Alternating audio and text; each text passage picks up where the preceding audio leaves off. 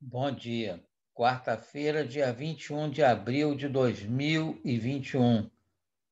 Mais uma vez aqui refletindo com Allan Kardec no livro Instruções Práticas sobre as Manifestações Espíritas, prosseguindo o vocabulário espírita, psicologia, dissertação sobre a alma, ciência que trata da natureza da alma.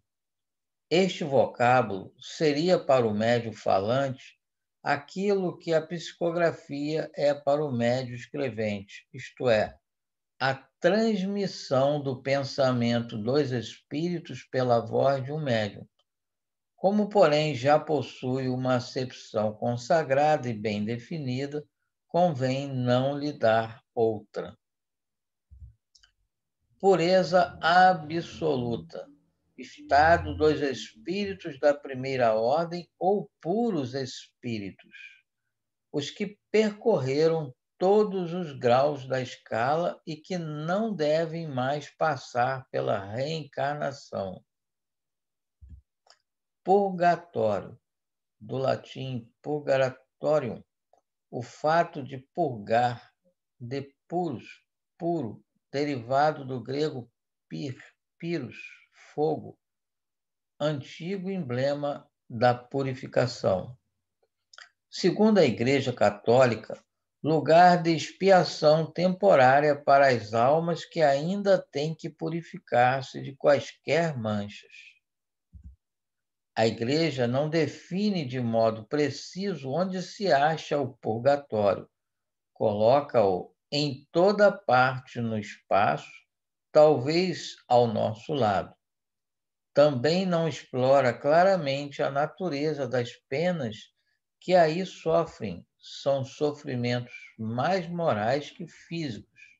Contudo, há fogo, posto a alta teologia reconhece que esse vocábulo deve ser tomado em sentido figurado e como emblema da purificação. O ensino dos espíritos é muito mais explícito a respeito.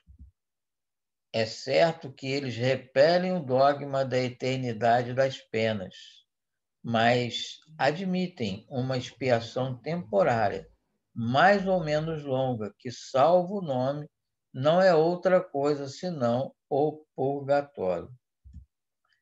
Essa expiação se dá por meio de sofrimentos morais da alma no estado errante. Os espíritos errantes se acham por toda parte, no espaço, ao nosso lado, como diz a Igreja.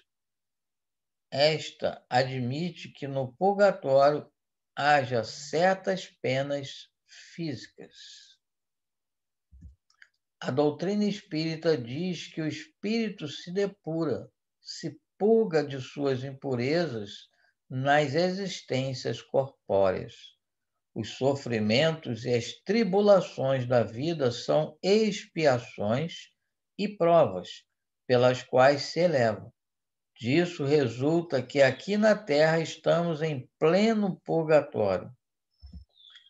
Aquilo que a doutrina católica deixa no vago, os espíritos precisam fazer ver e, por assim dizer, tocar com o dedo.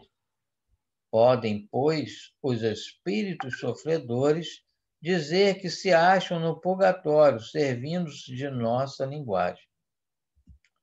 Se em razão de sua inferioridade moral não lhes é dado ver o termo de seus sofrimentos, dirão que se acham no inferno. Admite a Igreja a eficácia das preces pelas almas do purgatório. Dizem-nos os espíritos que pela prece chamamos os bons espíritos e que, então, dão aos fracos a força moral que lhes falta para suportar as provas. Os espíritos sofredores podem, pois, pedir preces, sem que haja nisto contradição com a doutrina espírita.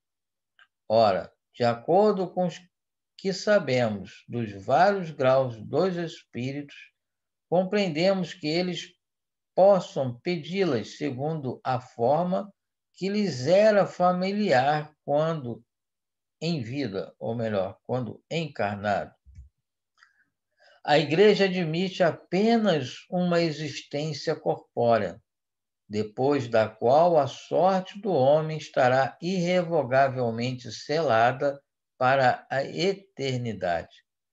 Dizem-nos os Espíritos que uma única existência, por vezes abreviada pelos acidentes, não passa de um ponto na eternidade. Não basta a alma para se purificar e que, em sua justiça, Deus não condena sem remissão aquele de quem não dependeu ser suficientemente esclarecido sobre o bem a fim de o praticar.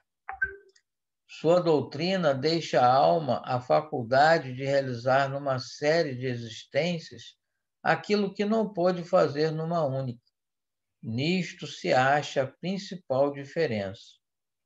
Mas, se perscrutássemos cuidadosamente todos os princípios dogmáticos e se puséssemos de lado aquilo que deve ser tomado em sentido figurado, sem dúvida, desapareceriam muitas das contradições aparentes. Então, mais uma vez, Kardec nos esclarece com muita propriedade. E pedimos a Deus, nosso Pai, ajude-nos, Pai, a vencer a nós mesmos. Ajude-nos a superar os nossos vícios e os nossos maus hábitos. E te pedimos, Pai, amparo e proteção para toda a humanidade. Graças a Deus. E assim, mais uma vez, agradecemos a Deus e que possamos estar aqui amanhã prosseguindo com as reflexões com Allan Kardec. Um bom dia a todos.